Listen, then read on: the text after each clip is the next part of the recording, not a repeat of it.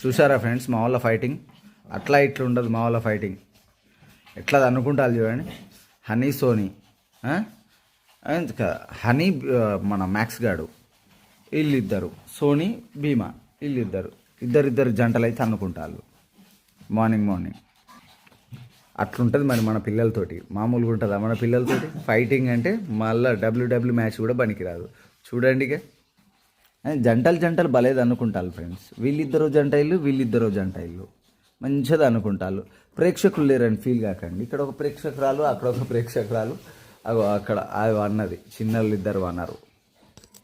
తన్నుకునుడైతే మామూలుగా లేదు, వీర లెవెల్ అది అనుకుంటారు. వాడు పోతాను.